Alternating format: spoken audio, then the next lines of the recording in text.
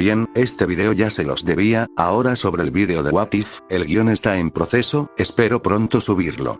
El reto de like será de 100, lo cumplen y subiré la segunda parte. Eso sí, este capítulo espero sea más corto. Capítulo 27. Cuerpos neuronales. La semana pasó relativamente rápido. Spider-Man redujo intencionadamente su actividad.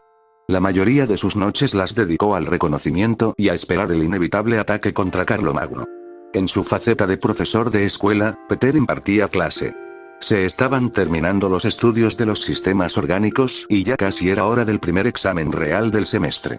Los exámenes parciales serían en diciembre, pero para la primera prueba todos parecían estar más o menos en el rango de aprobado. Excepto jubilación. Aquello merecía su atención, pero no había sido capaz de abordarlo.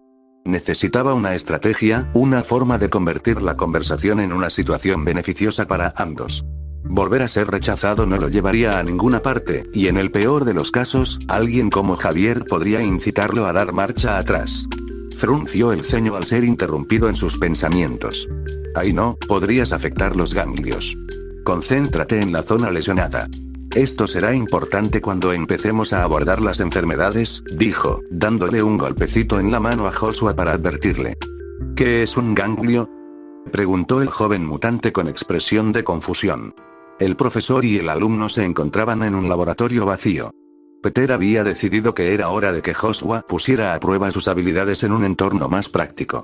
El chico había sido diligente y había completado el material adicional y las tareas que Peter le había asignado sin quejarse, aunque seguramente le había resultado difícil sumarle las otras clases.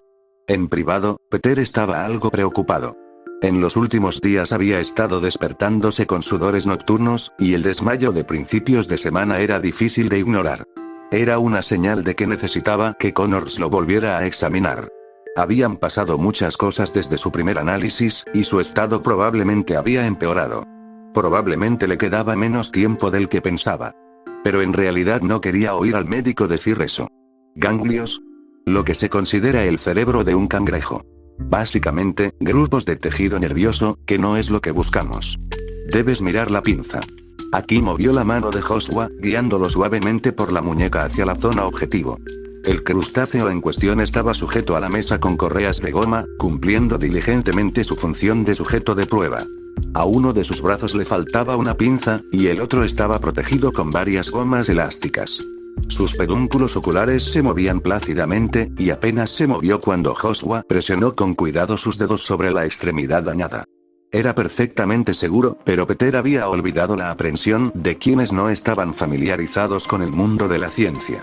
Le había costado 5 minutos lograr que su alumno siquiera tocara aquello. Peter guardaba buenos recuerdos de diseccionar mamíferos enteros. Y recuerdos menos gratos de luchar por su vida empapado en sangre de lagarto. De acuerdo. Hemos estudiado el proceso general de curación de las lesiones, así que todo irá bien. ¿Estás listo?, preguntó Peter, cogiendo un bolígrafo. Se inclinó sobre una pila de páginas, dispuesto a tomar apuntes. El chico rubio asintió y entrecerró los ojos concentrado. Quizás había un destello de luz amarilla entre sus dedos. El cangrejo se movió ligeramente y Joshua retiró la mano bruscamente como si le hubieran picado. ¿Te dolió?, preguntó Peter. Joshua se estremeció. No. Es solo que se retuerce. Peter negó con la cabeza y observó al cangrejo, intentando no arrugar la nariz ante el penetrante olor a marisco vivo. ¿En serio? ¿Cómo podía alguien como Daredevil soportar esto? Cada habitación albergaba un nuevo y desagradable hedor. El cangrejo permaneció inmóvil, una vez más, pero mientras lo observaba durante unos 30 segundos, algo pareció cambiar. Peter se dio cuenta de que el cangrejo estaba cambiando de color. El rojo brillante se estaba transformando en un amarillo anaranjado enfermizo. Joshua también lo notó. Me equivoqué. No le pasa nada al brazo. Tranquilo, dijo Peter, levantando una mano. El pequeño aún no ha terminado. Con un movimiento hábil, soltó las correas del crustáceo y le quitó las gomas elásticas de la pinza, liberándolo. Joshua dio un paso atrás. Mientras observaban, la coloración se aclaró aún más hasta volverse amarilla, y los pedúnculos oculares que se movían y la boca que se contraía constantemente se congelaron. Y permanecieron congelados. Peter estaba casi dispuesto a darlo por perdido cuando algo atravesó el cangrejo, un pequeño trozo quitinoso que sobresalía de su caparazón. Ahí está, dijo Peter con satisfacción. Para fascinación de Joshua, el cangrejo siguió asomándose desde el interior de su caparazón, mudando el exoesqueleto y saliendo de entre sus restos. Una vez libre de su antigua armadura, permaneció inmóvil, esperando plácidamente sobre la mesa lo que viniera después. Delante de su cuerpo sostenía un par de pinzas completas, en perfecto estado de funcionamiento. ¿Y qué te parece? Peter sonrió y le dio una palmada en el hombro a Joshua. Parece que estás progresando bastante bien. ¿Lo hice? Preguntó Joshua, mirando al cangrejo con incredulidad. Luego pareció darse cuenta, alzando los brazos en señal de victoria. Lo hice. Peter ya estaba tomando notas, entusiasmado por el descubrimiento. Eso parece. Me quedaré con el pequeño y lo vigilaré. Si sigue bien en 1 o 2 semanas, podremos empezar a estudiar aves y mamíferos. Luego, casos más complejos como enfermedades o genética, y entonces, espera. ¿Qué está pasando? Dejó de escribir, observando a la criatura sin caparazón. El crustáceo se agitaba, sus patas puntiagudas producían un sonido metálico como si estuviera sufriendo un ataque. Pedro se volvió hacia Josué. ¿Tocaste los ganglios? Le preguntó. No, señor. Dijo Joshua, alzando sus manos de color naranja en señal de apaciguamiento. No tengo ganglios, lo juro. Porque parece que tocaste los ganglios sin ganglios. Lo juro. El espasmo del cangrejo se intensificó momentáneamente, para luego cesar bruscamente mientras el crustáceo se desplomaba en el sitio. Sus pedúnculos oculares habían dejado de moverse una vez más, y la espera silenciosa no produjo otra muda milagrosa. Está muerto, suspiró Peter. ¿Qué hice? Me concentré en el brazo como dijiste, es difícil decirlo, dijo Peter con resignación, recogiendo el cangrejo. Lo llevó a la zona de examen, donde una pequeña cámara de fijación de Industrias Stark lo preservaría antes de que sus tejidos sufrieran daños graves. La unidad probablemente costaba lo mismo que la casa de la tía May. Mi casa, se corrigió Peter mentalmente. Se sacudió, con cuidado de no dejar caer la muestra. La examinaré en un rato para ver cuál era el problema. No te preocupes demasiado, era tu primera prueba y no esperábamos un éxito inmediato. Ojalá hubiera hecho algo mejor que matar al pobre hombre, dijo Joshua con tristeza. Peter se encogió de hombros mientras activaba la cámara de fijación. Esta siseó y la cámara comenzó a girar. Así es la ciencia. El progreso humano, especialmente en biología, se basa en el estudio de monos muertos. Y puede que no sea solo culpa tuya. La composición histológica de un cangrejo no es muy similar a la que se observa en la mayoría de los animales. Joshua entrecerró los ojos. Entonces, ¿por qué el tipo de gangli? Peter interrumpió sus notas mientras reflexionaba sobre el juego de palabras, y luego lo consideró aceptable mientras continuaba escribiendo. Regeneración natural. Los cangrejos regeneran extremidades constantemente, y esperaba que fuera un buen punto de partida para ayudarte a aprender a reemplazar el tejido perdido. Pero no son los sujetos más convencionales. Quizás un lagarto hubiera funcionado mejor. Conozco un buen lugar para conseguir algunos. O podríamos empezar con el clásico de siempre. Ah, sí, el viejo y confiable, asintió Joshua fingiendo comprender. ¿Quién es ese? Maldita sea, respondió Peter con aire de sabiduría. Siempre maldita sea. Levantó la vista de sus notas e hizo un gesto con la mano. Adelante, mi joven Padawan. Por hoy hemos terminado y necesito entender bien lo sucedido antes de volver a intentarlo. Pero este es el primer paso, así que a partir de aquí solo podemos aprender más sobre tu poder. Estoy seguro de que lo dominarás enseguida. Te avisaré cuando estemos listos para otra prueba. Entonces seguiré estudiando mientras tanto. Gracias, señor Parker. Joshua salió de la habitación. Peter siguió escribiendo mientras la cámara de fijación terminaba de preservar la muestra. Había esperado resultados algo más optimistas, pero así era la ciencia. Sinceramente, prefería el fracaso a que Foley hubiera logrado algo verdaderamente milagroso. Esas cosas solían parecer demasiado buenas para ser verdad. El Dr. Connors apareció un día con un brazo nuevo, y todo el mundo estaba demasiado contento como para cuestionarlo. Su admisión en la escuela de Javier le había parecido demasiado buena para ser verdad, y ahora se encontraba con una enfermedad mutante.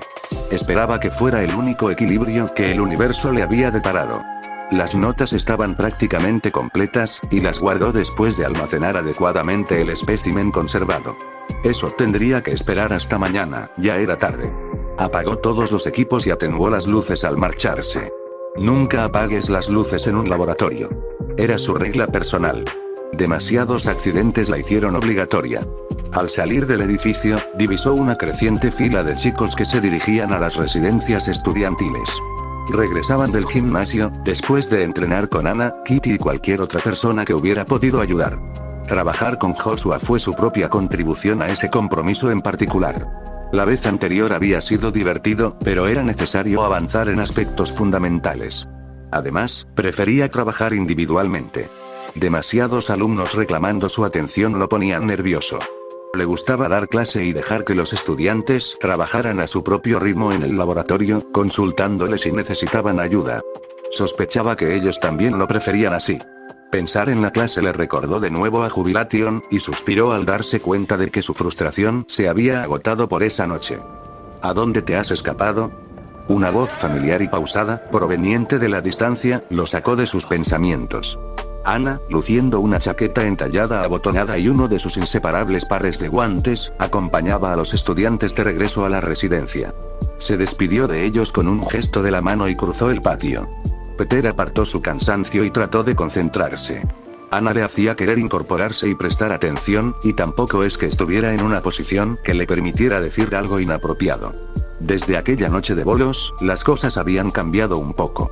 Se había esforzado por quedarse en la escuela 1 o 2 horas más, para guardar las apariencias y, con suerte, ayudar a que todos olvidaran el incidente del desmayo.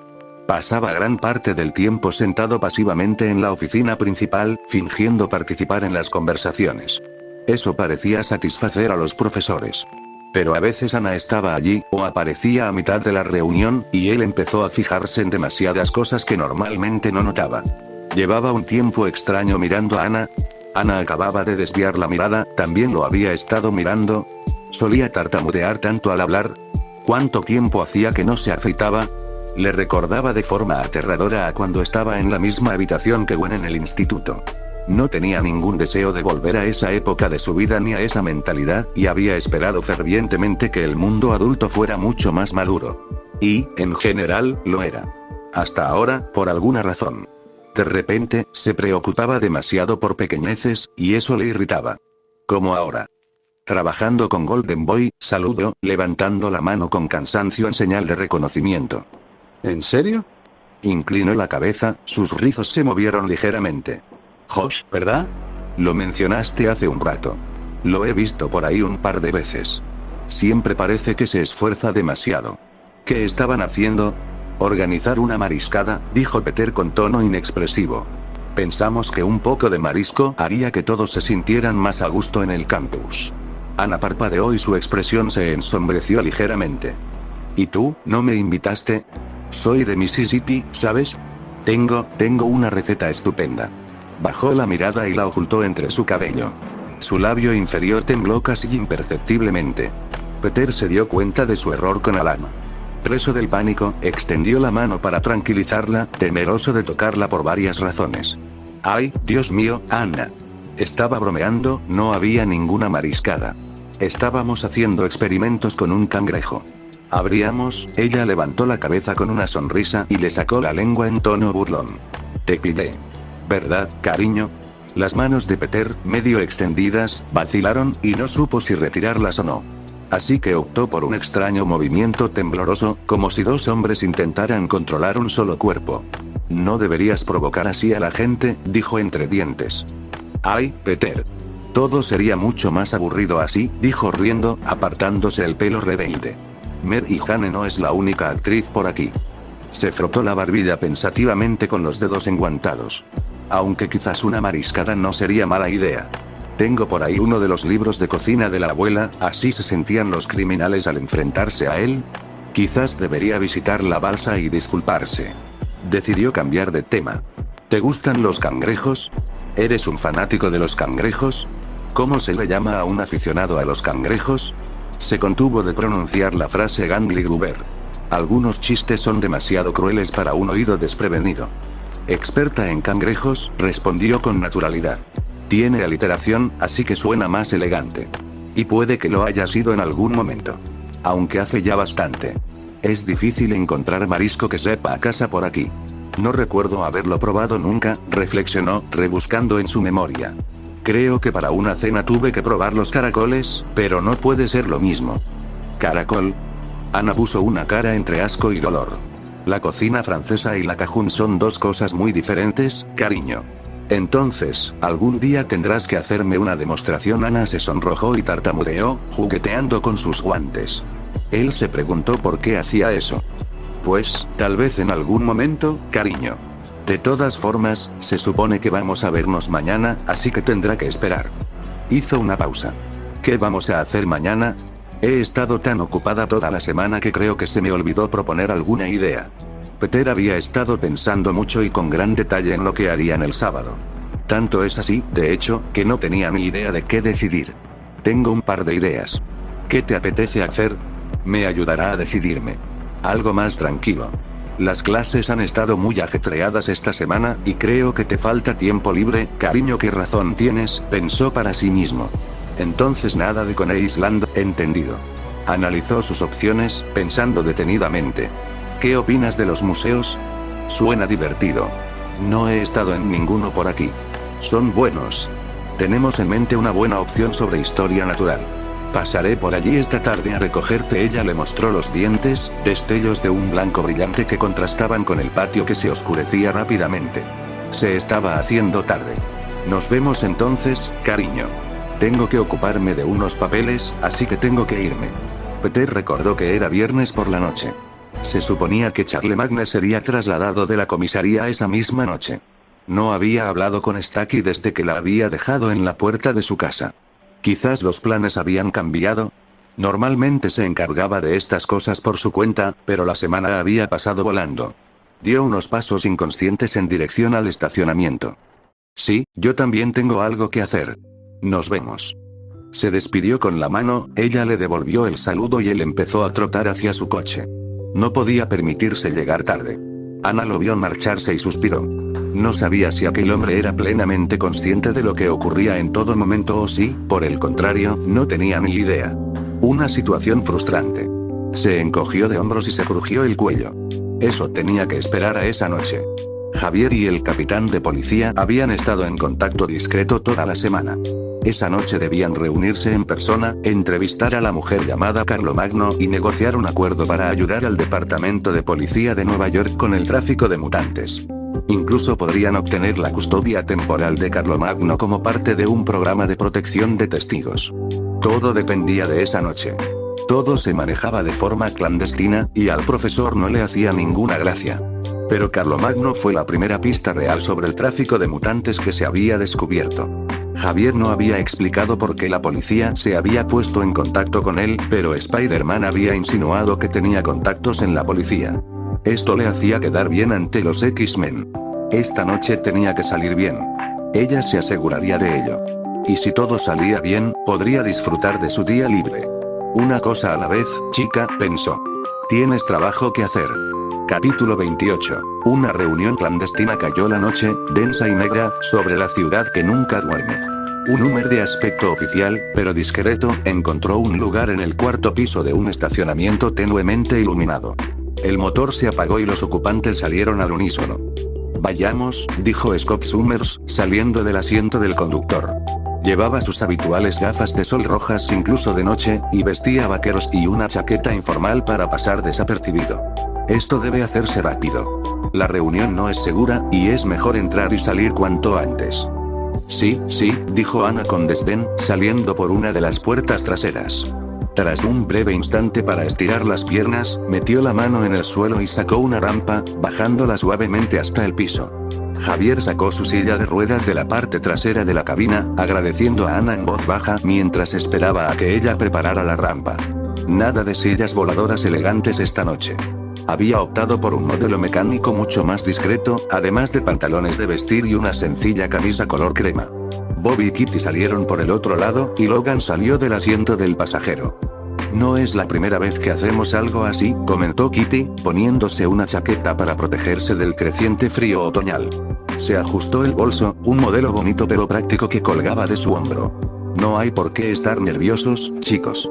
Los ojos de Scott estaban ocultos por sus lentes, pero probablemente los puso en blanco. La situación es diferente, y sin duda hay mucho más en juego. Nos estamos involucrando con el crimen organizado. Y esta es nuestra única pista sobre el tráfico de mutantes.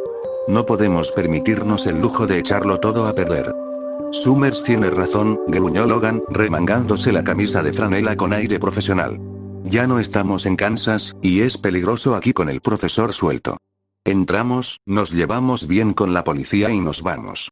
Ojalá hubieran accedido a reunirse con nosotros en el instituto. Logan tiene razón. Últimamente no soy tan ágil como me gustaría, dijo el profesor con una breve sonrisa. Por favor, manténganse alerta. La turba busca a Carlomagno. Si ocurre algo, nos retiraremos lo más seguro posible. Ana frunció el ceño, ajustándose los guantes. ¿Y la policía? ¿O los civiles?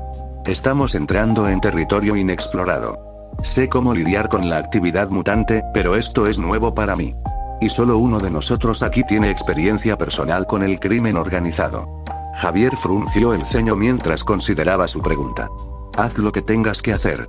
Hemos tenido nuestras diferencias al respecto, pero ahora que estamos aquí, estoy dispuesto a confiar en tu criterio, Ana. Ana tomó la silla de ruedas del profesor y lo empujó hacia adelante mientras el grupo se dirigía al ascensor para salir del garaje. Ay, profesor décimo. No se ponga sentimental.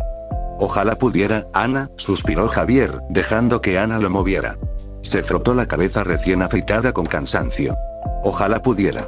A esa hora de la noche reinaba el silencio absoluto en una ciudad como Nueva York, pero aún así había bastante gente caminando por las aceras mientras el grupo de mutantes se dirigía a la comisaría.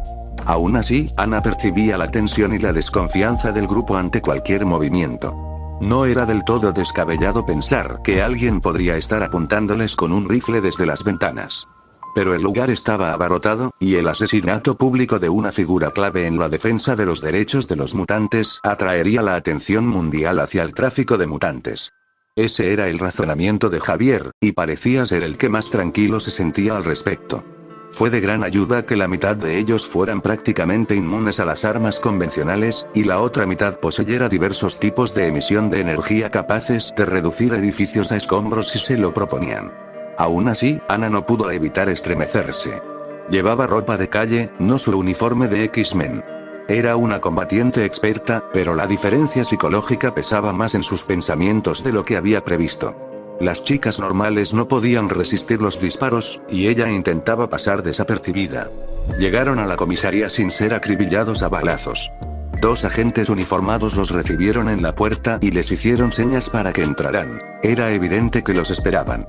Staki se había asegurado de que su gente estuviera preparada. Kitty suspiró aliviada cuando las puertas se cerraron tras ellas, algo que Ana contuvo para no provocarle una mueca de fastidio. Era, literalmente, intocable, si así lo deseaba. Dentro se encontraba el control de seguridad, un conjunto de detectores de metales y un par de agentes encargados de revisar sus pertenencias. Eso causó algunos problemas.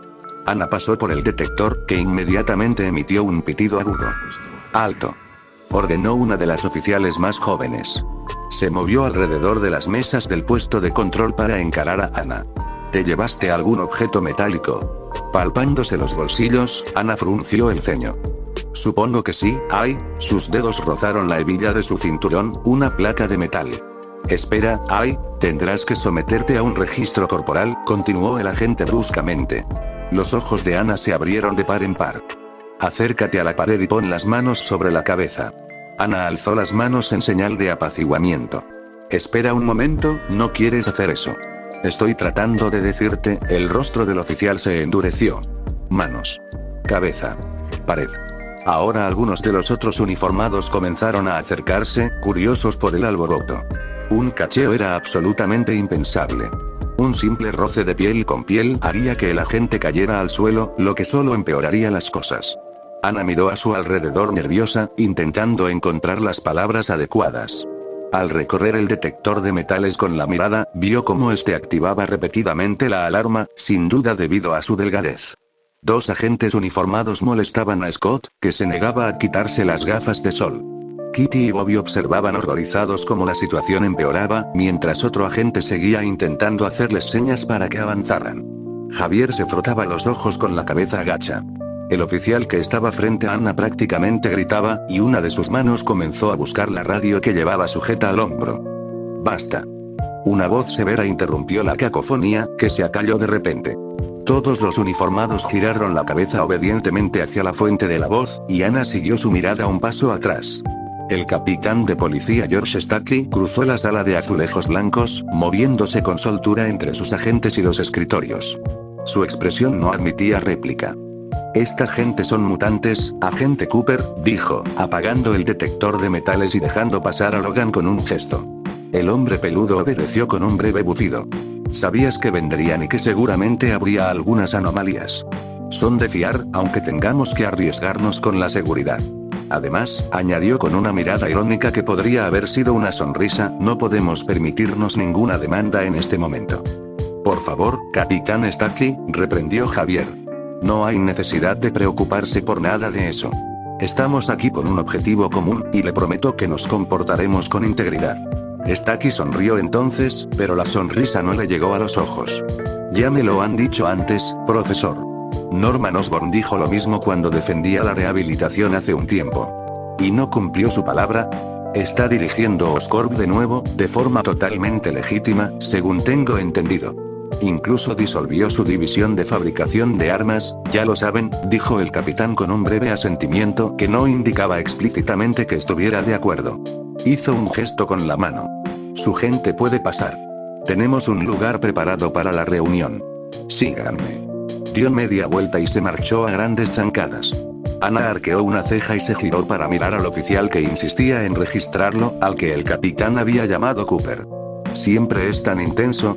Los hombros de Cooper, firmes como siempre, se relajaron un poco. «Hoy se muestra discreto y considerado. No solemos conocer a gente como usted, así que querrá causar una buena impresión».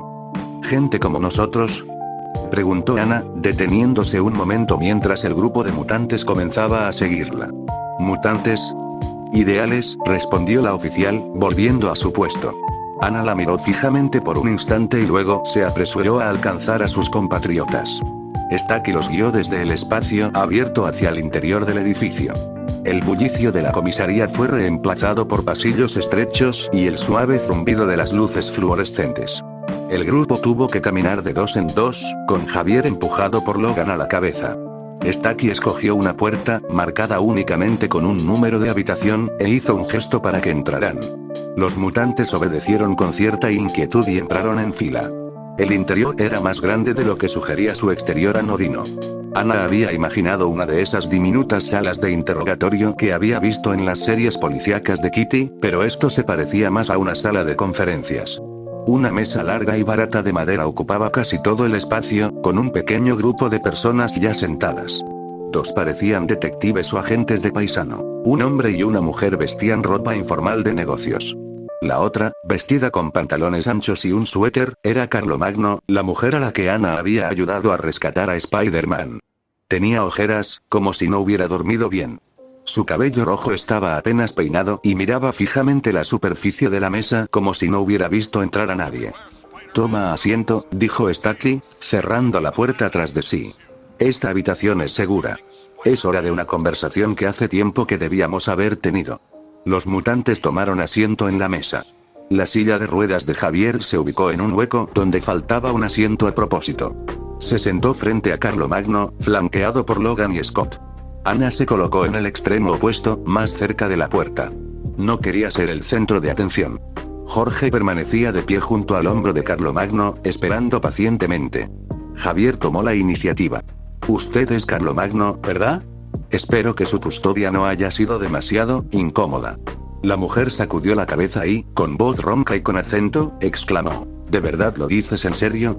Yo era traficante. Lastimé a muchos mutantes. Por eso estás aquí». «Por supuesto que hablo en serio», dijo Javier con firmeza. «Mis fuentes me dicen que te rescataron de la magia porque estabas filtrando información.